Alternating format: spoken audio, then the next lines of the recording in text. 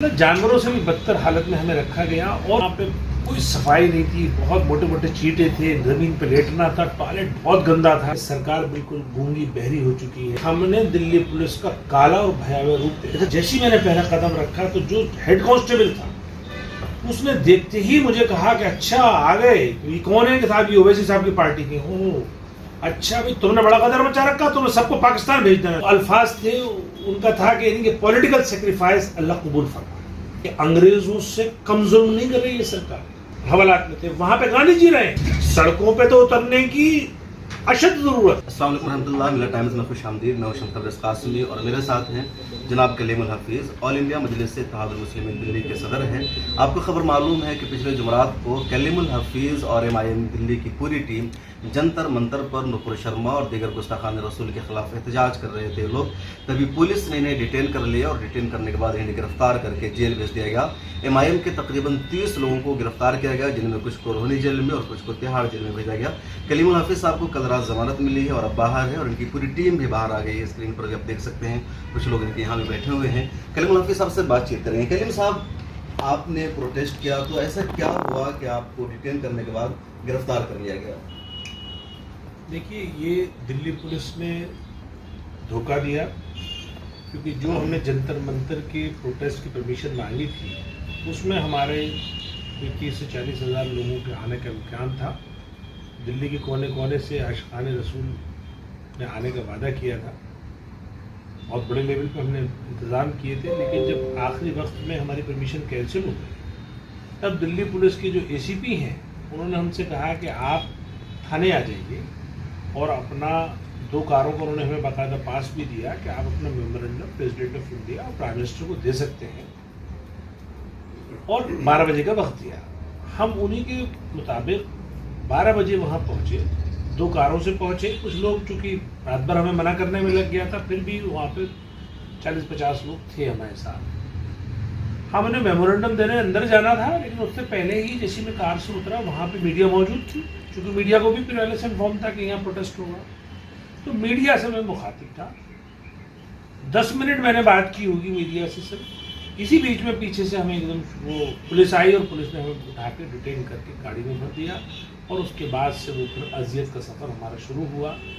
हमें पूरे दिन डिटेन किया गया। आपको कहाँ ले जाया गया? गाड़ी में बैठा कर? हमें गाड़ी में बिठा के पहले ले गए वो मंदिरबाग थाना। तो वहाँ एक ऐसी जगह में हमें रख दिया जहाँ ना पंखा था, ना कोई कूलर था, और चारों तरफ AC की आउटडोर की गर्मी थी। आप अंदाज़ा लगाइए कि 9 जून को टेम्परेचर 45 प्लस था। तो मतलब जानवरों से भी बदतर हालत में हमें रखा गया, और दिन भर वो झूठ बोलते रहे। ACP और SHO सब ये कहते रहे साहब अभी हम 2 घंटे में रिलीज़ कर देंगे। इवन हमें वहाँ लोकल रिलीज़ करने के लिए जो थाने में कुचलका भरा जाता 41 वाला, वो भी भरवा लिया था। लेकिन अचानक उनके ऊपर इतना प्रेशर था पुलिस पे, ख़ास तौर से उनका जो भी पॉलिटिकल बॉस हैं होम मिनिस्ट्री से, कि नहीं साहब इनको छोड़ना नहीं है। रात को 9:30 बजे हमारे खिलाफ FIR की, और फिर उसके बाद जो हम पे तकलीफ़ों का अंबार लगा है, हमें एक ऐसी बैरक में रखा गया जहाँ पे कोई सफाई नहीं थी। बहुत मोटे मोटे चींटे थे, ज़मीन पे लेटना था, टॉयलेट बहुत गंदा था। और सारे साथी जो 30 साथी थे, उन 30 साथियों को कम से कम 7 थानों में रखा, मेडिकल करा। सब जगह की तकलीफें अलग अलग हैं। बस मेरे साथ एक ज़रूर अच्छी बात रही, वो ये कि मुझे उस जेल में, उस बैरक में रखा गया जिसमें शहीद आज़म भगत सिंह 17 दिन अंग्रेज़ों के जुल्म के खिलाफ। रोहनी जेल में नहीं, अच्छा, थाने में जो हवालात है, जो बैरक है पार्लियामेंट स्ट्रीट में, वहाँ पे शहीद आज़म रहे थे अंग्रेज़ों के खिलाफ 17 दिन। उनके 17 दिन की कुर्बानी से उस अंग्रेज़ों का जुल्म का खात्मा हुआ था। तो मुझे ये इत्मीनान हुआ कि हमारी भी जो 1 दिन की हवालात है इस थाने की, वो इंशाअल्लाह ये जो मौजूदा हुकूमत है इसके जुल्म का खात्मा होने का सबब बनेगी। ये एक इत्मीनान था। दूसरा इत्मीनान ये था, और जो तमाम साथियों में जो हौसला था, वो ये कि हम जिस मकसद के लिए यहाँ जमा हैं, हम आक़ाए नामदार सल्लल्लाहु अलैहि वसल्लम की नामूस रिसालत के लिए यहाँ हम सब लोग जमा हैं, और हम गुस्ताखे रसूल की जो सज़ा होनी चाहिए उसका मुतालबा कर रहे हैं। इसलिए हमें हौसला था। लेकिन अफसोस इस बात का था कि सरकार बिल्कुल गूंगी बहरी हो चुकी है। फाशिज्म आ चुका है इस सरकार के अंदर, इसलिए कि जो उससे मुतालबा करता है उसको तो वो जेल में भेज देती है, और वो लोग जिनकी बयान की वजह से मुल्क की छवि को नुकसान हुआ, मुल्क की जो कंपनियां हैं उनके प्रोडक्ट को बाकायदा दुनिया में अपने शोरूम से मॉल से बाहर फेंक दिया गया, मुल्क को हर एतबार से नुकसान हुआ। या यूं कहिए कि जो देशद्रोही जो असल काम किया वो उन दो बीजेपी वालों ने किया, और बीजेपी ने अपनी पार्टी से उनको मुअत्तल भी किया, एक को बर्खास्त भी किया। बीजेपी ने एक तरह से उनका जुर्म तस्लीम किया। हाँ, इससे मतलब जुर्म तस्लीम भी किया, लेकिन उसके बाद आप देखिए दिल्ली पुलिस की ढिठाई कि उसने आज तक उनके खिलाफ कोई कार्रवाई नहीं की, और जो उनकी कार्रवाई की मांग कर रहा है उनके खिलाफ एनएसए भी लग रहे हैं। और हम जैसे लोग जो बिल्कुल ही एकदम पायस थे और एकदम लॉ अबाइडिंग थे, यानी संविधान के दायरे में रह के अपना प्रोटेस्ट कैंसिल करके हम मेमोरेंडम देने गए और हमें फिर जेल की सलाखों के पीछे डाल। तो आपके खिलाफ एफआईआर कब दर्ज की पुलिस ने? सुबह में? बिल्कुल झूठी एफआईआर रात में दर्ज की 9:30 बजे। 9:30 बजे। और क्या एफआईआर दर्ज की उन्होंने? जी हाँ, और एफआईआर क्या दर्ज की कि इन लोगों ने पुलिस की पिटाई करी, 4 पुलिस वालों की वर्दी फट गई, उनकी चोटें आई और थाने में घुसने की कोशिश की और थाना घेर लिया। जबकि सच बात यह है कि जो टोटल हमारा 10 मिनट का वहां पे वक्फा है रिटर्न होने से पहले, वो नेशनल टेलीविजन पर लाइव था। तमाम कैमरों की नजर में, कैमरे में हम सब कैद हैं। जब लोकतंत्र का चौथा स्तंभ के अंदर कैद है, तब पुलिस की हिम्मत है। तो आप अंदाजा लगाइए कि पुलिस जहाँ कैमरा नहीं होता होगा वहां वो रस्सी का सांप कैसे बनाती है। जब पुलिस ने आपको परमिशन दे रखी थी एहतजाज करने की, फिर परमिशन कब कैंसिल किया था पुलिस ने? पुलिस ने हमें परमिशन हमारी बिल्कुल जो सुबह हमारा होना था रात को कैंसिल की। तो रात को हमारा 9 बजे से 10 बजे तक हम एसीपी के साथ थे वो थाने में, यही उनसे बात करने के लिए कि आप हमें करने दीजिए। लेकिन उन्होंने हमें सिर्फ इतनी सी इजाजत दी कि ठीक है आप अपने मेमोरेंडम लेके आ सकते हैं और यहाँ आ सकते हैं थाने में, जंतर मंतर नहीं जाएंगे। तो हम जंतर मंतर नहीं गए थे, थाने गए। आपके कितने लोगों के खिलाफ उन्होंने केस दर्ज कर जेल भेजा था? उन्होंने 30 लोगों के खिलाफ बाकायदा 5-6 धाराएं लगाई, सब धारा लगाई, 353, 323, 332 और 188 और दूसरी धाराएं तो अलग है, लेकिन जिनमें वो गैर जमानती मतलब नॉन बेलेबल ये धाराएं थी। और हमें बड़ी तकलीफ हुई। एक बार हमारा कोर्ट रिजेक्ट हुई, बेल हमें जुडिशियल कस्टडी के लिए 3 दिन में भेज दिया गया। फिर तीसरे दिन हम जब हमारे किन लोगों की ज़्यादा मदद मिली आपको इस पूरे प्रोसेस में बाहर आने में, आपके जमानत मिलने में? देखिए सबसे ज़्यादा तो हमारे जो लीगल सेल था उसके जो एडवोकेट थे और उनके साथ जो मुकला हजरात थे, ख़ासतौर से एडवोकेट रुखसार अहमद की पूरी टीम, फिर एडवोकेट हिमाल अख्तर साहब जो बहुत ही मशहूर वकील हैं उनकी पूरी टीम, उसके अलावा भी 20-25 वकील वहाँ हमारे खड़े हुए थे। और हमें अच्छा लगा कि कम से कम हम जिस कॉज के लिए अंदर गए हैं उससे ज़्यादा लोग बाहर परेशान थे। और पूरे हिंदुस्तान से हमारे पास जो लोग दुआ कर रहे थे उसके वहाँ पर मैसेज आ रहे थे, तो सपोर्ट तो एक तरह से हमें हर कॉर्नर से। आपके एक लॉयर गए थे आपको छुड़ाने के लिए, उनको पुलिस ने डिटेन करके अंदर बंद कर दिया था मुझे? जी हाँ, वो हमारे लीगल सेल के इंचार्ज हैं मुजीबुर रहमान साहब, उनको पूरे रात तक डिटेन रहे। वो रात को 10:30 बजे उनको छोड़ा। तो देखिए पुलिस तो इस वक्त इंतहा को पहुँच चुकी है, उसकी बर्बरता। पुलिस कुछ नहीं देख रही, और पुलिस ने हमारे साथ जो अजियत जो हमें पहुँचाई है हम बयान नहीं कर सकते। सिर्फ इतना कह सकते हैं कि हमने दिल्ली पुलिस का काला और भयावह रूप देखा। अच्छा, 3-4 दिन तक आप जेल में रहे, जेल में कैसा एक्सपीरियंस रहा? शायद फर्स्ट टाइम आप जेल में गए, पहले भी कभी गए थे? नहीं, ये हमारा पहली मरतबा एक्सपीरियंस था। जेल का जो सबसे खतरनाक बात थी वो ये कि जैसे ही मैंने पहला कदम रखा तो जो हेड कांस्टेबल था उसने देखते ही मुझे कहा कि अच्छा आ गए, ये कौन है? कि साहब ये ओवैसी साहब की पार्टी के। हो अच्छा भाई, तुमने बड़ा कदम मचा रखा, तुम्हें सबको पाकिस्तान भेज देना चाहिए। तो मुझे जो सब इंस्पेक्टर लेकर गया था, मैं उसकी शक्ल देखा, दोनों कोई कुछ नहीं बोला। और वहां से हमें ये लगा कि पता नहीं कैसा माहौल होगा अंदर का। और फिर जितने हम जो जज के ऑफिशियल्स के पास गए, सब ने हमें तासुब भरी नजर से देखा। सब ने जितनी तकलीफ पहुंचा सकते थे वो हमें, क्योंकि हम उनके कैदी थे। बहरहाल हम भी जितनी हमारे अंदर जरूरत थी हम भी उसका जवाब दे रहे थे, लेकिन हालात अच्छे नहीं है। हालात जो भारतीय जनता पार्टी और आरएसएस ने जो हिंदू मुस्लिम जो नफरत फैलाई है इस मुल्क में, जेल के अंदर भी देखने जेल के अंदर खूब देखने को मिली। और अगर नहीं देखने को मिली तो उनमें मिली जो कैदी हैं। अच्छा, कैदियों के साथ कैसा रवैया? कैदी और जो क्रिमिनल है, हार्डकोर क्रिमिनल है, उनमें नहीं थी ये नफरत। उनके साथ कैसा एक्सपीरियंस रहा? उनके साथ तो बड़ा मजे का एक्सपीरियंस ये रहा कि भाई हमें हम फ्रेशर थे, हमें फ्रेशर जेल में रखना चाहिए था, लेकिन जानबूझ के हमें रिपीटर्स जेल में डाल दिया गया, ड्रेडेड क्रिमिनल्स के बीच में डाल दिया गया। लेकिन उन क्रिमिनल्स का एहसान कि उन्होंने हमें बड़ी मोहब्बत से लिया, चूँकि वो समझ रहे थे कि ये पॉलिटिकल प्रिजनर हैं या राजनीतिक कैदी हैं, तो इसका कोई क्राइम नहीं है। उन्होंने हमारा फिर ख्याल रखा, लेकिन ख्याल क्या, देखिए ज़मीन पर सोना, सबसे ऊपर की मंजिल थी तो पूरी छत तपती थी, रात भर इतनी गर्मी, गर्म हवा, पंखे फेंकते थे। 26 लोगों के ऊपर 4 पंखे थे, एक टॉयलेट था, हाँ एक टॉयलेट था, उसी टॉयलेट में एक टूटी हुई बाल्टी थी, उसी बाल्टी से आपको टॉयलेट करना है, उसी से नहाना है। उसके बाद वो जो खाना आता था वो भी एक बाल्टी में आता था। ऐसी लोग चाय जो पीते हैं जेल में, वो बोतलों को काट काट के उसका गिलास बनाते हैं, क्योंकि वो गिलास अलाउड नहीं है, चम्मच अलाउड नहीं है।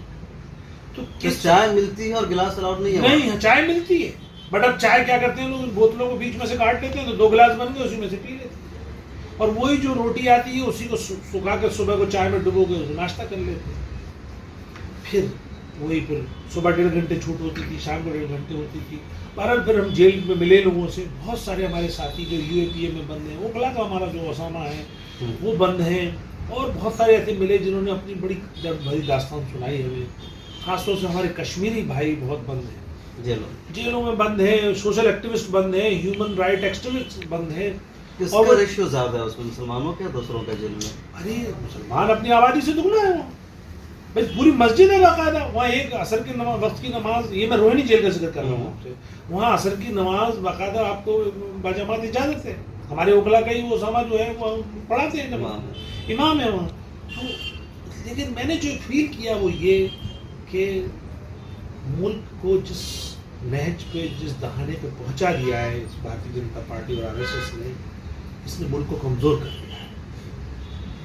ये सिर्फ ये समझ रहे हैं कि हम मुसलमानों को परेशान करके अपने वोटर्स को खुश कर रहे हैं। सच तो ये है कि ये मुल्क से दुश्मनी कर रहे हैं, इन्होंने मुल्क की जड़ों को खोखला कर दिया है। अब इसके जो असरात होंगे वो बरसों तक रहेंगे।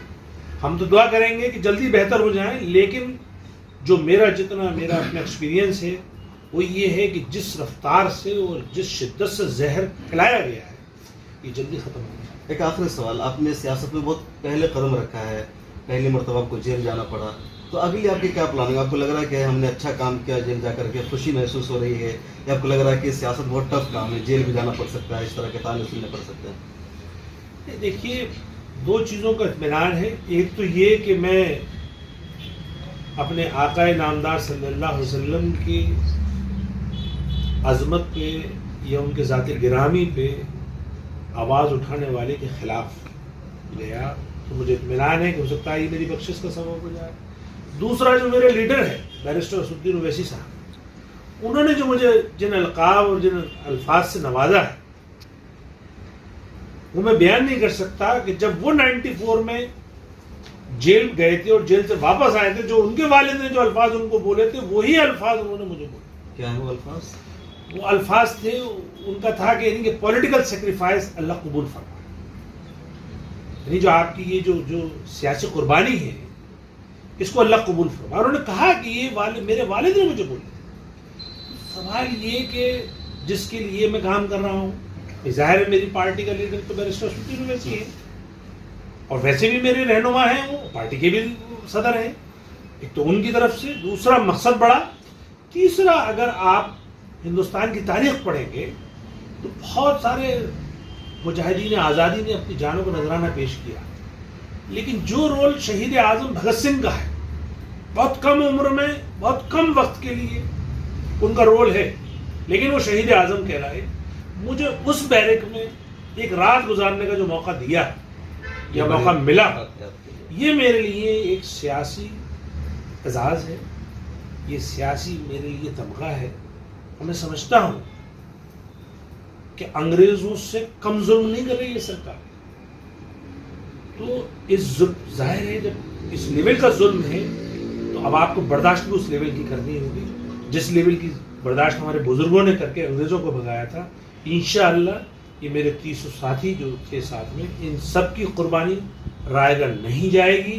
कुछ मेरे साथी तुगलक रोड जेल में थे, हवालात में थे, वहाँ पे गांधी जी रहे, कुछ उन्होंने बताया आपका एक स्टेटमेंट आया था आपकी जानिब से, उन दिनों शायद आप डिटेन रहे हो या जेल में रहो, कि इस वक्त अब सड़कों पर उतरने की जरूरत नहीं है, पुरअमन तरीके से रहा जाए, सड़कों पर उतरना माहौल को खराब कर सकता है। ये किसका स्टेटमेंट था? आपकी तरफ से एक स्टेटमेंट आया था प्रेस रिलीज की शक्ल में? नहीं, हमारी तरफ से कोई ऐसा स्टेटमेंट नहीं है, वो किसी और ने दिया होगा। हमारी तरफ से कोई ऐसा स्टेटमेंट नहीं है कि नहीं, सड़कों पे तो उतरने की अशद जरूरत। ये पॉलिटिकल लड़ाई है। तबरेज़ कासमी साहब अगर कोई इस गलतफहमी में है कि ये मजहबी लड़ाई है, ये समाजी लड़ाई है, ये इक़्तिसादी लड़ाई है, तो वो अपनी गलतफहमी दूर कर ले। ये सियासी लड़ाई है, पूरे हिंदुस्तान के सियासी निज़ाम को तब्दील करने की लड़ाई है। अगर आपको अपना मौजूदा ये जमहूरियत को बचाना है और अपनी शनाख्त बाकी रखनी है, खासतौर से मुसलमानों को, तो उन्हें ऐसे सियासी लड़ाई को सड़कों से लेके अदालत तक और अदालत से लेके अपने गली मोहल्लों तक लड़ना ही होगा। जो कहता है कि गली मोहल्लों में या सड़कों पे नहीं आना है, मेरी नज़र में वो उसको समझ में नहीं आए। हालात संगीन से संगीन तर हैं। जो कौमें मुकाबला करती हैं वही बाकी रहती हैं, जो कौमें मुकाबले से भाग जाया करती हैं उनकी गिनती गुलामों में होती है, उनकी गिनती जिंदा कौमों में नहीं होती। तो आप थे कलीमुल हफीज़, जिन्हें इश्क़ रसूल की वजह से, या कह लीजिए गुस्ताख रसूल, नुपुर शर्मा और नवीन कुमार जिंदाल के खिलाफ एहतजाज की वजह से जेल जाना पड़ा, गिरफ्तार होना पड़ा, लेकिन हौसले बुलंद है, हिम्मत बुलंद है, अज़ाइम और हौसले बुलंद है और लगातार अपने सियासी सफ़र को जारी रखना चाहते हैं। आप अंदाज़ा लगाइए कि जिनकी गिरफ्तारी की लोग मांग कर रहे हैं, जिनकी गिरफ्तारी का मुतालबा सिर्फ हिंदुस्तान के लोग नहीं, दुनिया भर के मुसलमान कर रहे हैं, अभी तक उनकी या उसकी गिरफ्तारी नहीं हुई है। लेकिन जो लोग गिरफ्तारी के लिए एहतजाज कर रहे हैं, सड़कों पर उतर रहे हैं, प्रोटेस्ट कर रहे हैं, उन्हें गिरफ्तार करके जेल भेजा जा रहा है। कैमरामैन मोहम्मद तमन्ने के साथ शम्स तबरेज़ कासमी, मिल्लत टाइम्स।